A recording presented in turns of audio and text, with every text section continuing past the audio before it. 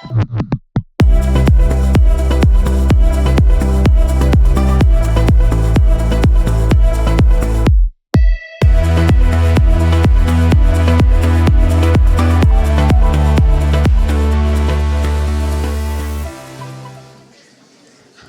à tous et bienvenue. Aujourd'hui, on va parler financement en 2025. À qui faire confiance ? Vaste sujet. On a 45 minutes pour y répondre. Pourquoi parler de confiance ? On a, en préparant cette conférence avec les invités qui sont ici sur scène, on s'est rapidement rendu compte que la notion de confiance, c'est ce qui cimentait, en tout cas ce qui doit cimenter la relation entre un entrepreneur et ses financiers, quels qu'ils soient, banques, fonds d'investissement. À qui faire confiance quand on démarre ? J'imagine que dans la salle, il y a des entrepreneurs ou des wannabe entrepreneurs, comme on dit.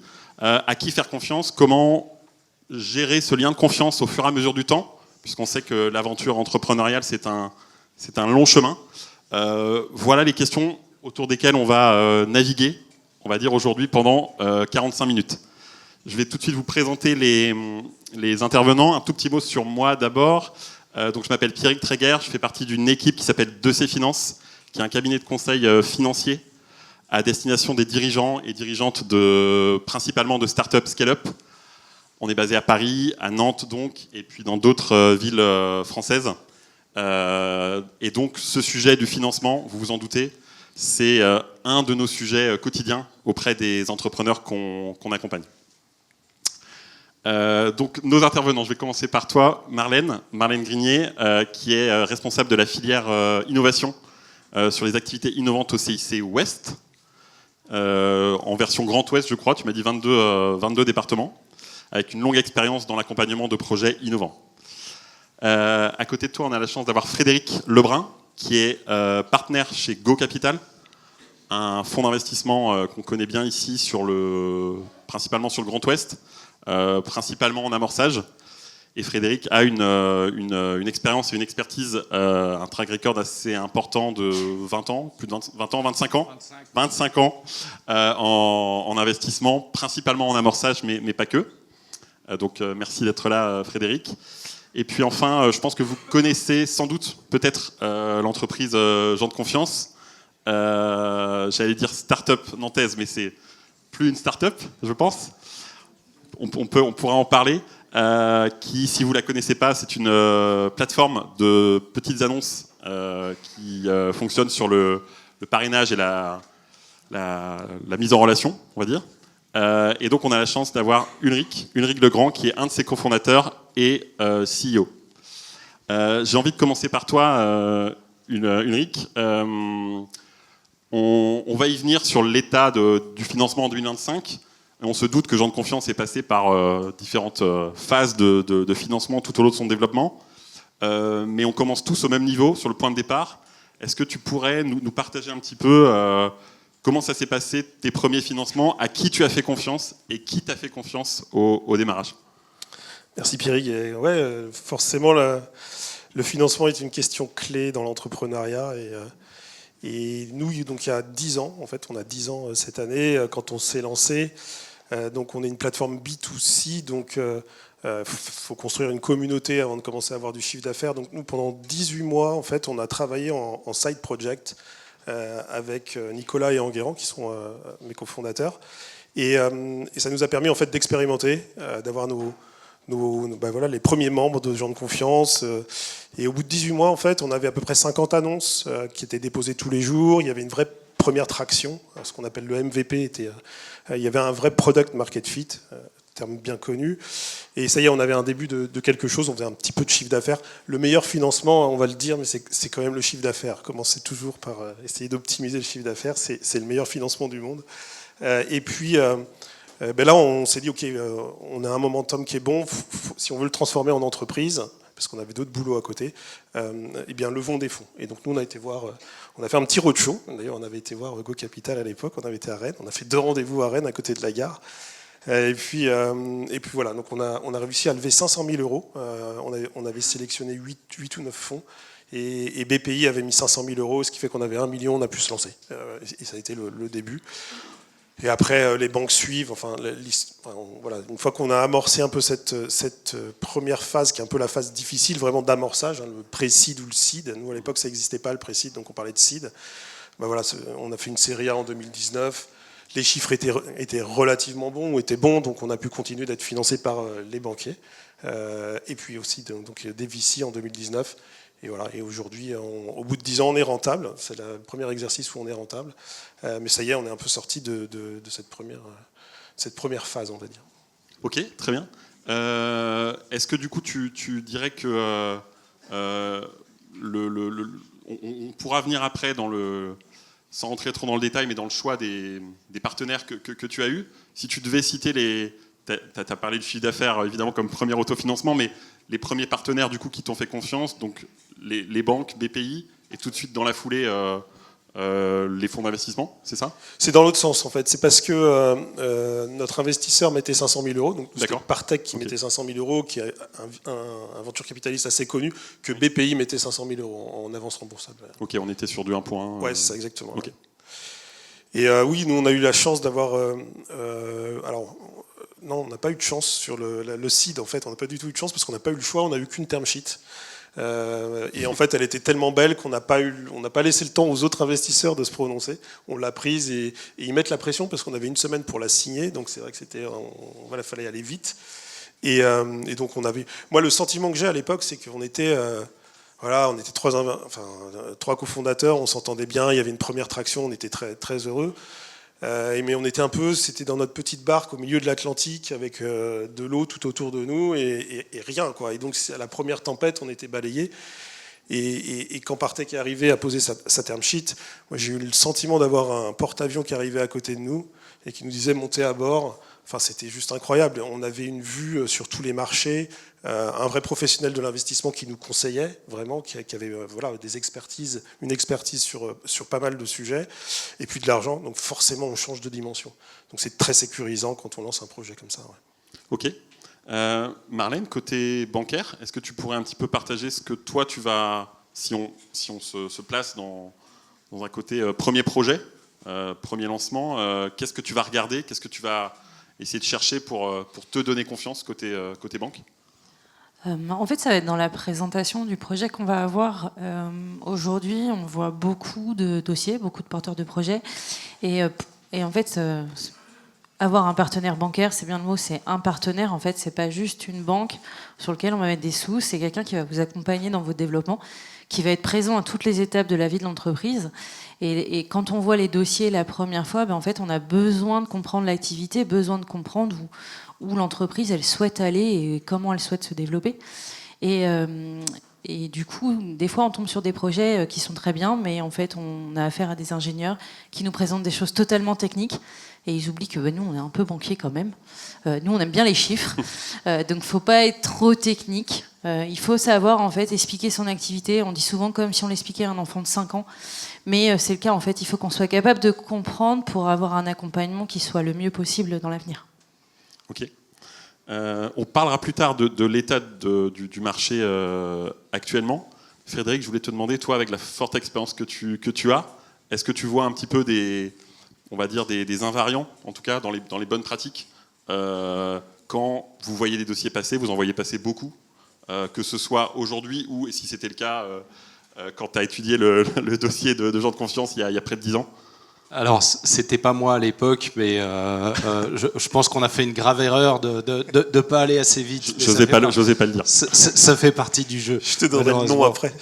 Non, les invariants, mais on a un peu traité le sujet ici. On est dans des sujets humains. Même si, par exemple, l'ADN de Go Capital est de faire de la deep tech, donc on a sur les sujets qu'on regarde, on fait de la biotech, de la medtech, de l'industrie, de l'énergie et un peu de digital, ce qui est un peu plus exotique. Malgré tout ça, on en revient au basique, on soutient des entrepreneurs et des équipes. Et donc, c'est l'humain. C'est arriver à comprendre effectivement en quoi les entrepreneurs qu'on voit ont développé quelque chose qui est unique.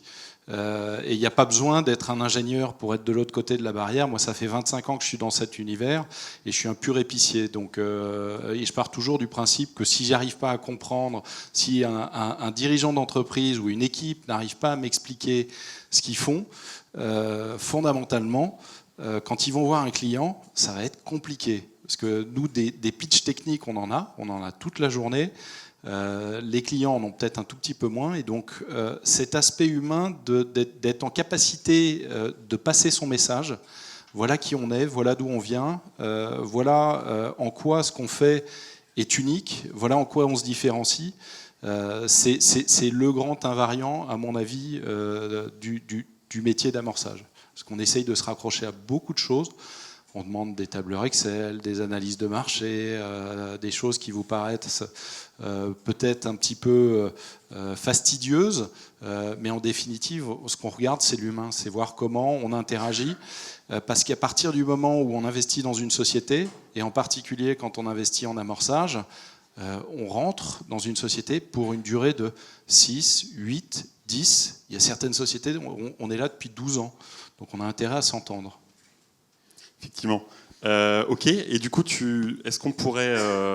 on va y venir, on a utilisé en préparant cette conférence l'image du mariage, ou en tout cas du couple, quand on choisit un partenaire, et effectivement, c'est dans la durée. Pour avancer un petit peu si on essaye un petit peu d'avancer dans le temps, justement, Ulrich, toi, est-ce que les premiers partenaires que tu as pu avoir, est-ce que, sans entrer trop dans le détail, mais du coup, est-ce que vous avez réussi à créer une relation qui soit pérenne? On a un recul de près de 10 ans, je crois, par rapport à la date de création de Gens de Confiance. Ouais, la confiance est fondamentale, et on va dire dans les relations bancaires, mais dans toutes les relations en fait en général, en commençant par le couple peut-être. Non, et évidemment le tandem investisseur entrepreneur a besoin d'une confiance profonde, parce que le jour où ça va pas bien, ou quand on est un peu dans la difficulté, et une histoire d'entrepreneur, c'est rarement une histoire lisse, on a besoin, si on a construit cette relation de confiance en se disant, en étant transparent, en expliquant les choses qui vont pas bien et pourquoi, en fait, c'est pas grave du coup. Enfin, j'ai l'impression qu'on gagne en fait des points de confiance, et donc en fait derrière, on va avoir l'accompagnement de l'investisseur. C'est la même chose avec le banquier. Je pense que c'est vraiment, et donc ça se construit dans le temps. On sait bien, c'est des relations qui se construisent dans le temps, et surtout, il faut anticiper, être transparent. Moi, je dirais que c'est les deux choses. Il n'y a rien qui agace plus, je pense, un investisseur ou un banquier, mais ça faudra leur demander. Mais si on leur dit, je suis short cash, dans un mois, je ne peux pas payer mes salaires, c'est l'enfer. En fait, ils n'ont pas le temps de préparer de dossier, ils n'ont pas le temps de se retourner. Donc vraiment de bien communiquer, d'anticiper et d'être transparent. Voilà. Ok. Et est-ce que donc ces maîtres mots-là, anticipation, transparence, on va y revenir. Est-ce que tu dirais qu'avec le recul que tu as depuis donc une dizaine d'années, il y a des choses qui ont évolué? On parle de plus en plus, en tout cas on parle depuis 2-3 ans de fin de cycle ou de changement de paradigme. On va pouvoir en parler pour des entrepreneurs qui se lancent ou qui se sont lancés récemment, mais est-ce que pour toi, à la tête de Gens de Confiance, c'est quelque chose que tu as, j'imagine, vécu? Alors, en fait, pas vraiment, parce qu'on a choisi des fonds, j'ai envie de dire, relativement... le bon terme, ce serait traditionnel peut-être, enfin des fonds qui ne sont pas hyper agressifs, qui sont, on va dire, dans une politique de bon père de famille, tu vois, qui vont faire attention, qui ne vont pas mettre beaucoup d'argent sur la table en disant vas-y, accélère. C'est, quand on accélère, au premier virage, on peut sortir de la route. Et donc, nous, ça a été, si tu veux, mais ça, c'est un choix qu'on avait fait parce qu'on avait un discours où on s'entendait bien. Et c'est vrai que dans le tandem investisseur, banquier, entrepreneur, il faut voir si ça colle bien là-dessus. Un Arthur qui lève beaucoup d'argent, il est obligé d'aller vite et de prendre des fonds internationaux, et donc c'est pas le même jeu, c'est pas le même game que nous qui aujourd'hui sommes uniquement en France, enfin même si on est à l'international avec tous les expatriés français, c'est pas du tout le même jeu en fait, donc c'est pas les mêmes montants levés, etc. Donc ce serait peut-être. Donc nous on n'a pas senti ce changement, mais par contre on l'a senti beaucoup autour de toute la communauté d'entrepreneurs. On dit retour à la rentabilité, fin de la croissance. Enfin, en tout cas, la rentabilité est plus importante que la croissance. Et peut-être un mot là-dessus, c'est que moi j'ai toujours pensé que lever trop d'argent c'est dangereux. C'est personnel. Je me rappelle de Reid Hoffman, qui était le cofondateur et CEO de LinkedIn, disait toujours prenez le maximum d'argent que vous pouvez prendre. Moi, je suis pas du tout d'accord avec ça. C'est dangereux de prendre de l'argent parce qu'en fait, il y a un moment, il faut le rendre. Au banquier, il faut lui rendre avec des intérêts. Et à l'investisseur, il faut qu'il y ait une plus-value à la fin. Et donc, ça veut dire qu'ils vont avoir des grosses attentes. Si vous prenez beaucoup d'argent, ça veut dire qu'il va falloir faire une boîte qui sera beaucoup mieux valorisée. Donc, ça veut dire se mettre la rate au courbouillon. Si je fais, et donc, alors vous pouvez le faire, mais prenez conscience de ça.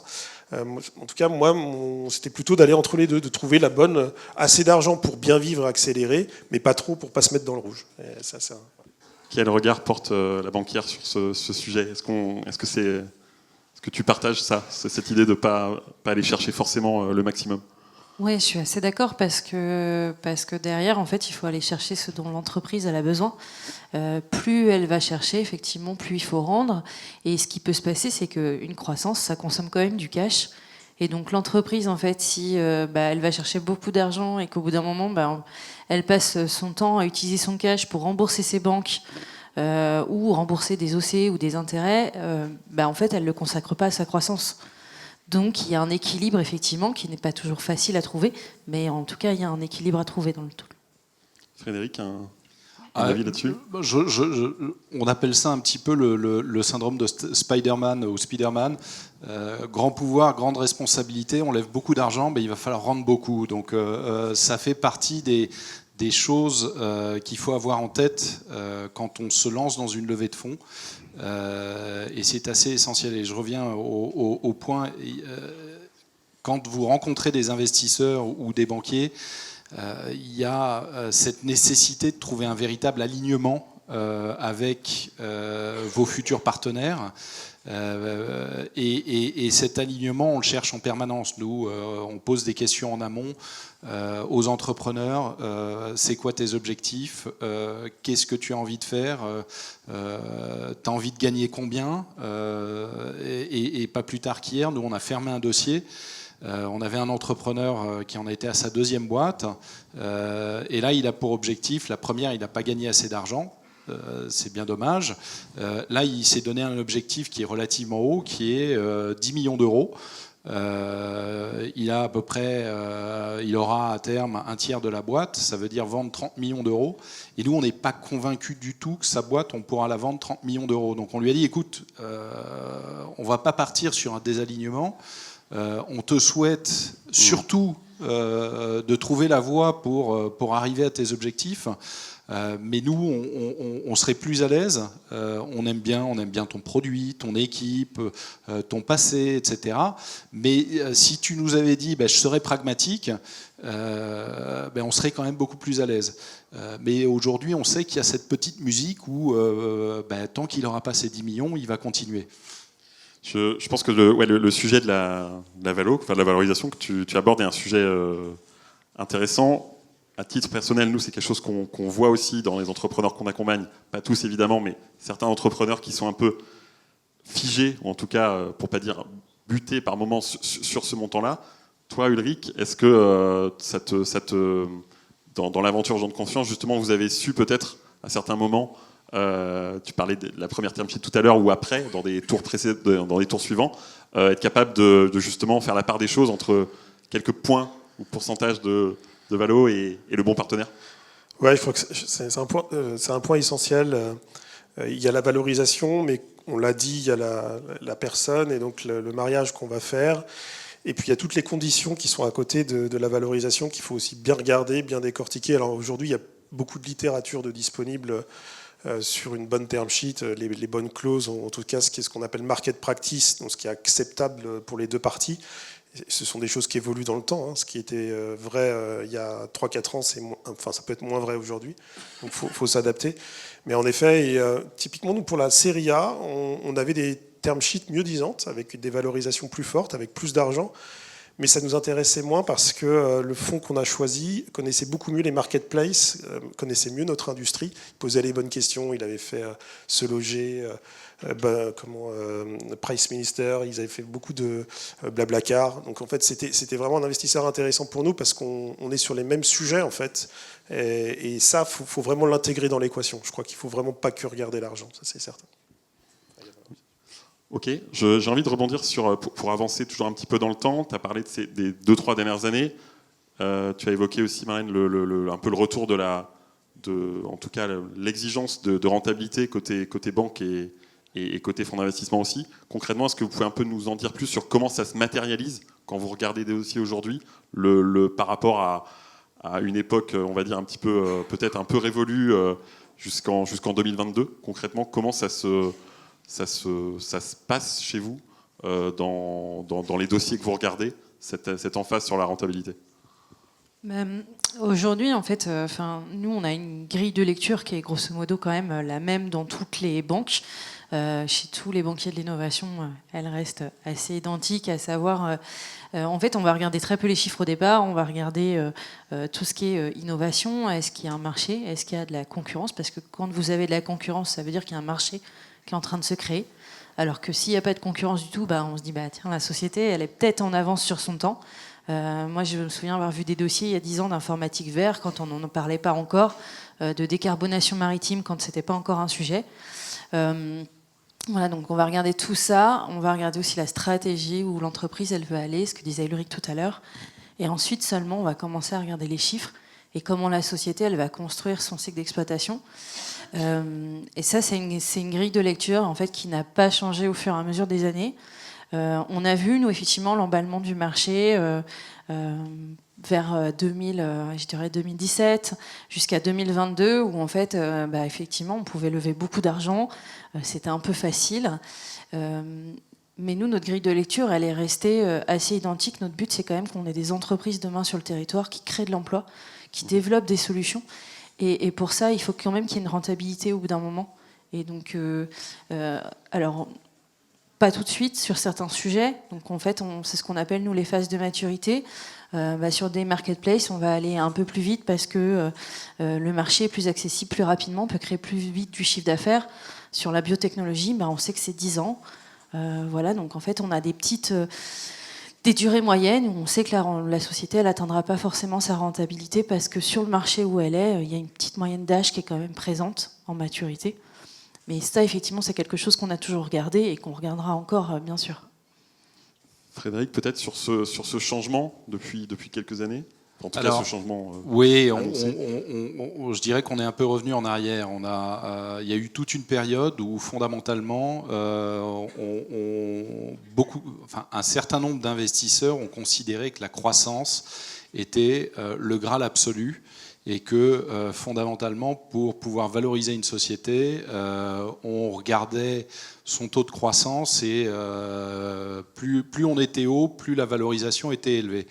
On a vu commencer à apparaître il y a 3 à 5 ans dans les fonds d'investissement un peu plus late stage, matures, quelque chose qu'on a appelé le Rule of 40, qui est un agrégat entre le pourcentage de croissance de chiffre d'affaires et le pourcentage d'EBITDA. Donc vous faites 100% de croissance de chiffre d'affaires, mais vous perdez moins 50%. On a un Rule of 40 qui est de 50, mais avec un profil quand même relativement risqué.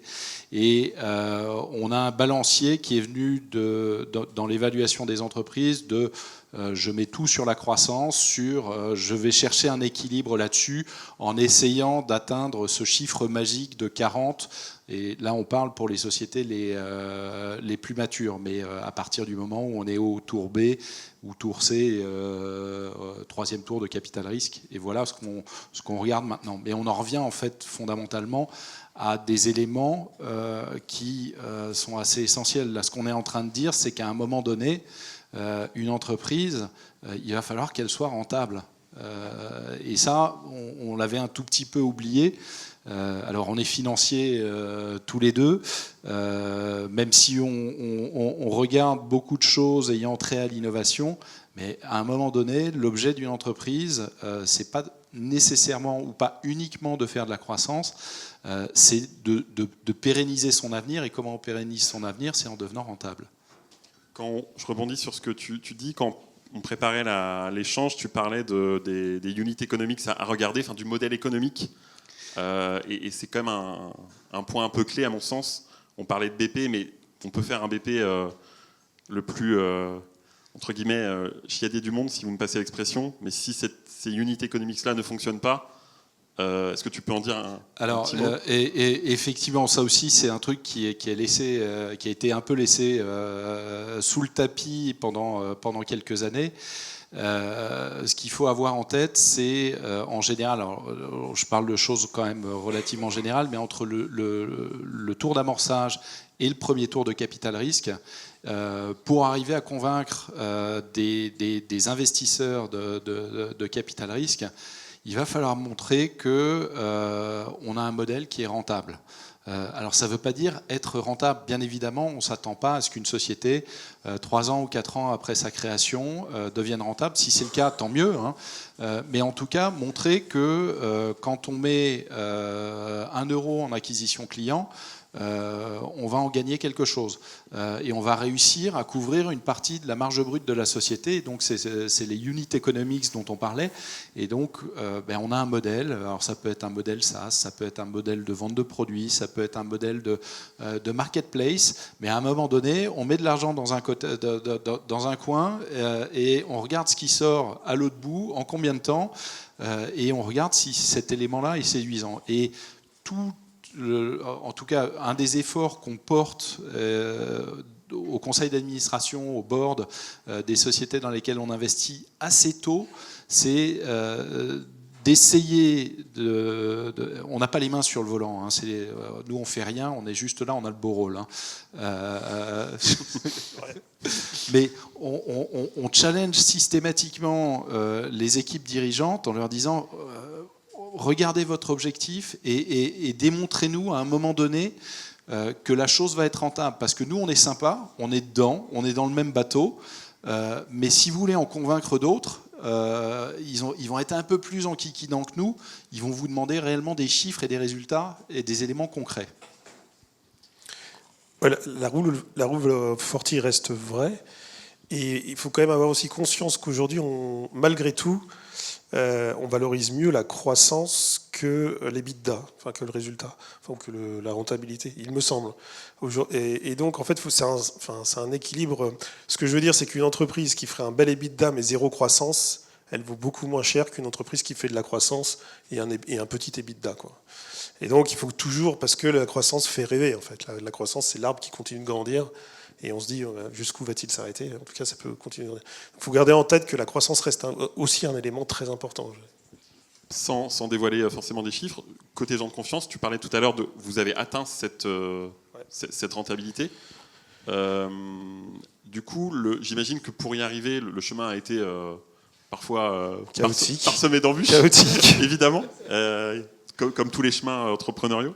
Je pense que ça peut être intéressant aussi si tu peux un peu expliquer peut-être, sans rentrer dans le détail des tours de financement, mais si vous avez été justement soutenu par les partenaires depuis le début pour justement avoir le temps d'atteindre cette rentabilité.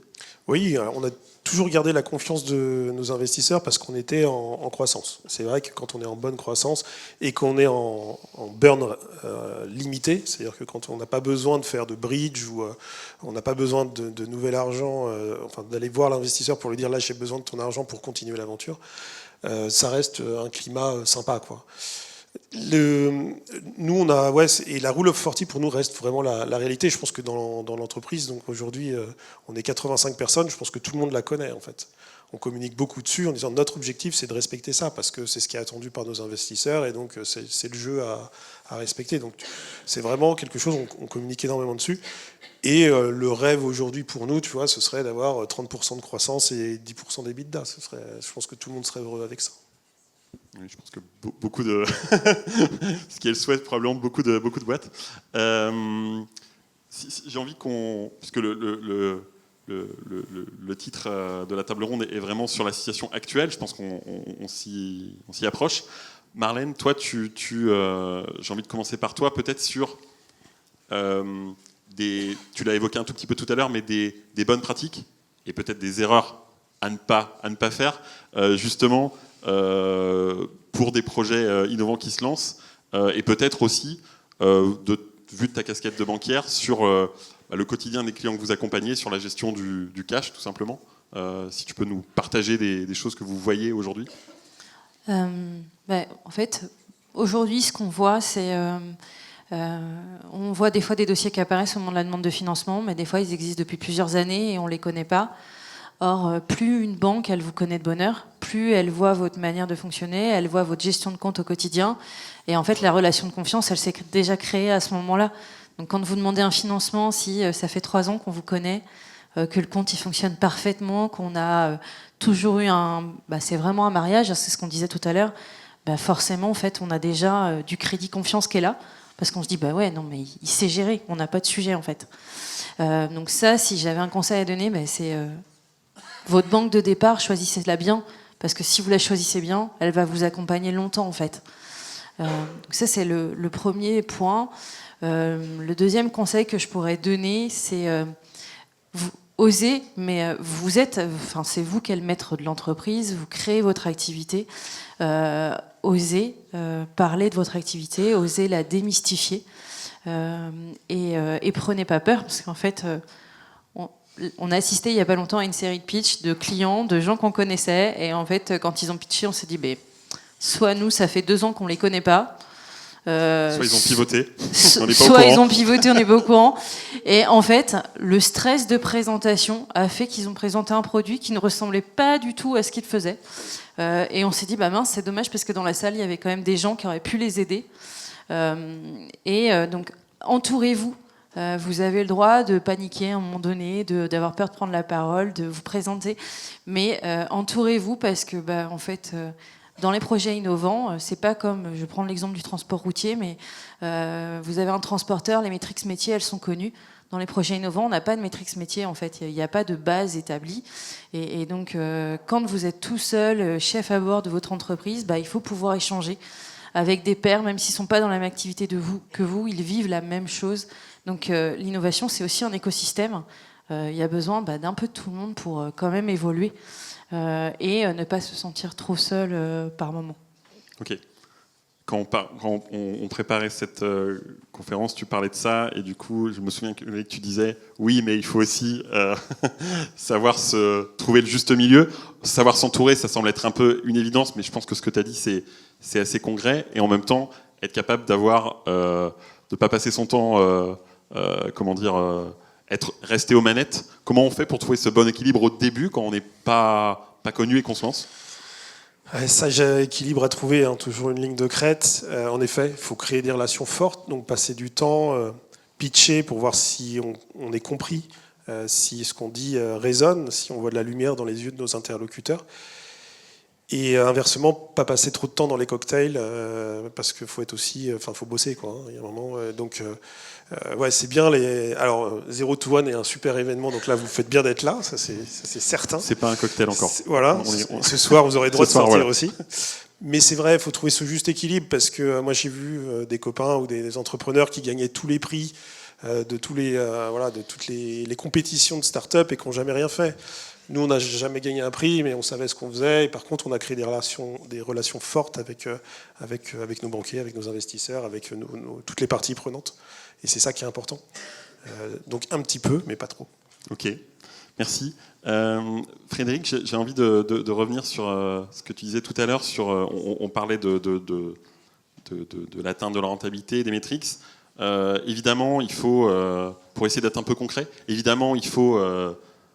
on en a parlé dans les conférences précédentes, j'ai entendu un DEC, un BP, bon ça c'est des choses que je pense que tout le monde connaît, mais si on est vraiment sur l'amorçage, est-ce qu'on peut essayer de se dire, moi je suis bien placé pour dire qu'évidemment il faut un BP, mais que suivant les stades où on en est, il faut peut-être, vous attendez en amorçage évidemment un BP, mais aussi quand même une connaissance des clients, de la data, peut-être ces choses-là, plutôt qu'un BP à 8 ans qui va forcément montrer un EBITDA à 30 ou 35%. Est-ce que je me trompe ou...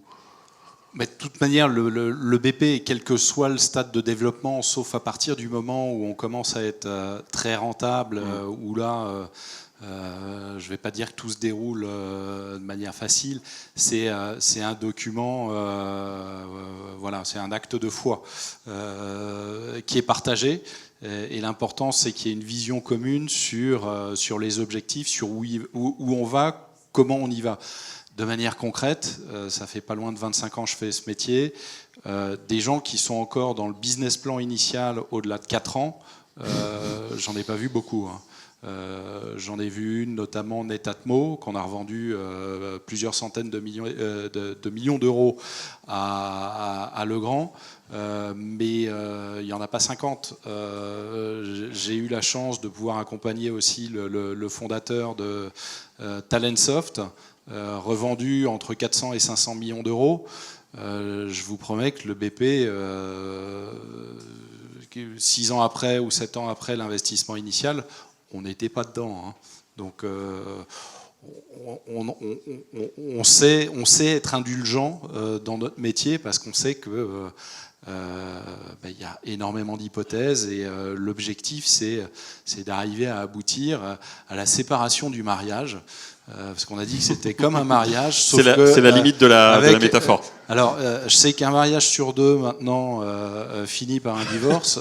Nous, on espère que 100% des mariages finiront par un divorce, mais on se remariera peut-être après lors de la nouvelle l'entreprise suivante montée par l'entrepreneur. Mais nous, l'objectif, on nous confie de l'argent sur une durée qui est entre 10 et 15 ans maintenant sur les fonds les plus longs.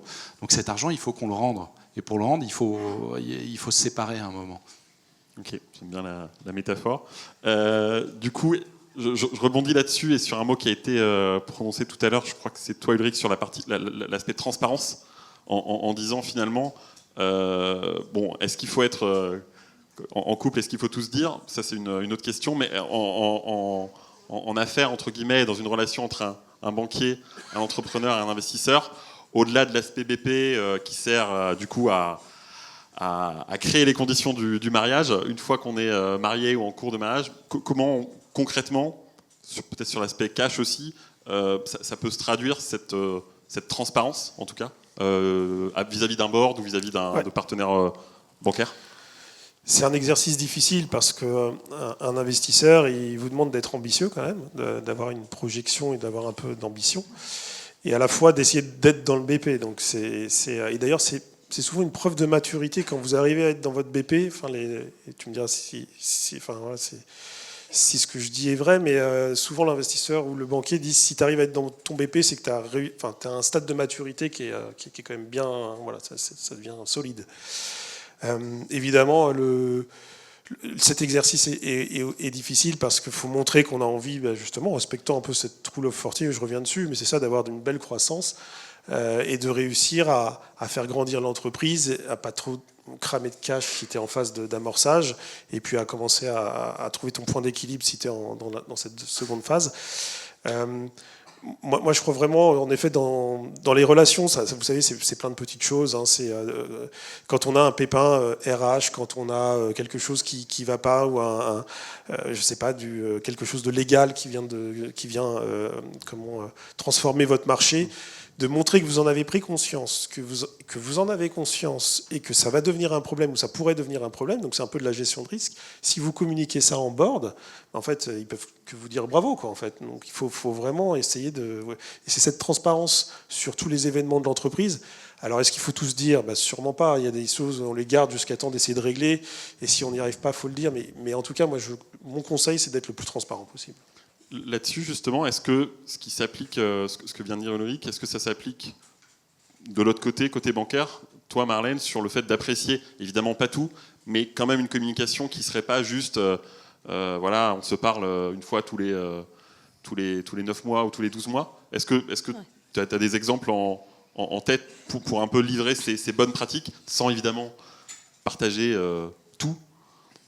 Mais oui, mais je suis totalement d'accord avec Ulrich. Alors il y a le BP pour les investisseurs, parce qu'effectivement, il faut les faire rêver un peu.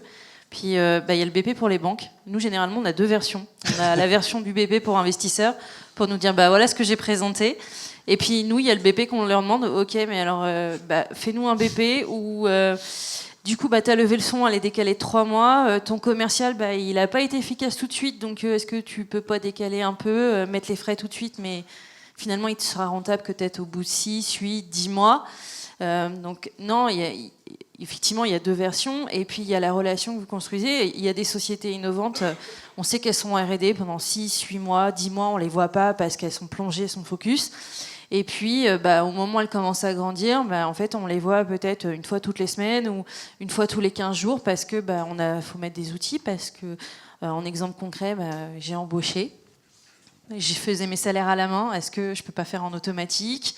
Est-ce qu'il n'y a pas des choses à mettre en place ? On a grossi. En fait, il y a vraiment beaucoup de sujets sur lesquels. Et c'est vrai que souvent, les problèmes, ils les règlent, mais quand ils ne les règlent pas, ils nous en parlent. Je me souviens d'un dossier où le dirigeant est venu me voir en me disant écoute, là, je suis embêté, mais moi, mon commercial, en fait, il a bien bossé pendant 6 mois. Une fois qu'il a signé son CDI, il a totalement arrêté de bosser. Donc, je le licencie. Nous, tout de suite, on savait que l'entreprise elle allait perdre de l'argent à la fin de l'année. Parce qu'une procédure de licenciement, c'est long. Du coup, ça veut dire qu'il a fallu qu'il regagne la confiance de ses clients. Pas facile quand vous avez un commercial qui vous a planté à un moment donné. Et donc, quand il nous a sorti son bilan, finalement, oui, il a perdu de l'argent, mais oui, on était au courant que c'était ça qui avait causé la perte. Donc, finalement, pas de surprise pour nous. Donc, l'accompagnement, on le continue. Et en fait, la confiance, elle vient de là aussi. La transparence qu'a eu le dirigeant avec nous à un moment donné. De ce que tu dis, je retiens l'idée aussi que, partager régulièrement ce type d'infos, comme tu viens de dire, à son partenaire bancaire ou à ses fonds, ils sont là pour vous financer, mais ils peuvent aussi être un peu business partners. C'est-à-dire qu'en fait, vous voyez beaucoup de projets innovants. Et moi, je le vois quand on accompagne les entrepreneurs. C'est vrai que les fonds et les banques peuvent aussi jouer ce rôle-là sur des sujets qui débordent du financement. Ça fait aussi partie de leur rôle. Et à mon sens, ça se crée d'autant plus facilement que justement cette relation de confiance, cette transparence, elle existe. À l'inverse, l'erreur à ne pas faire serait plutôt de ne pas cultiver cette relation et de passer à côté de mise en relation, d'opportunités qui peuvent être données. C'est exactement ça. En fait, des fois, il y a des problèmes, honnêtement, c'est pas le rôle de la banque. Par contre, le dirigeant nous en a parlé, mais en fait, il y a un autre dirigeant qui a eu le même souci et on sait qu'il a fait appel à tel prestataire. Donc, on va faire une mise en relation. Des fois, on voit des projets très tôt parce qu'on fait partie de comités d'incubation ou autres. Et ils nous disent, l'expert comptable, prends un expert comptable de l'INO. Il y a une liste. Tu as des gens qui savent faire, c'est le métier. Et donc, du coup, on va recommander. Donc, oui, c'est pas du rôle de banquier pur, mais ça fait partie. Notre but, c'est d'aider à faire grandir la société. Ok, merci beaucoup. Je vois le temps qui file un peu. Dans le temps qui nous reste, est-ce que vous pourriez, chacune, en quelques phrases peut-être, livrer vous en avez déjà fait, mais livrer un dernier conseil qui pourrait être concret ou en tout cas actionnable pour les personnes qui souhaitent se lancer en se disant ok, là en 2025 sur la recherche de financement, si on devait retenir qu'un seul conseil, qu'est-ce que ce serait ? Je vous laisse, qui veut se lancer en premier ? Alors, je vais prendre le micro. Les chiffres des levées de fonds 2024 sont tombés il n'y a pas longtemps. Alors, il y a 2 manières de les regarder. Il y a une manière négative, une manière positive. Regardons-la de manière positive, c'est-à-dire que quand on se projette 15 ans en arrière, il y avait 700 millions d'euros investis chaque année dans notre écosystème. En France, il y en a eu l'année dernière 6,3 milliards. Donc c'est génial, ça a grandi. Alors effectivement, entre-temps, il y a 2 ans et demi ou 3 ans, on était à 12 milliards.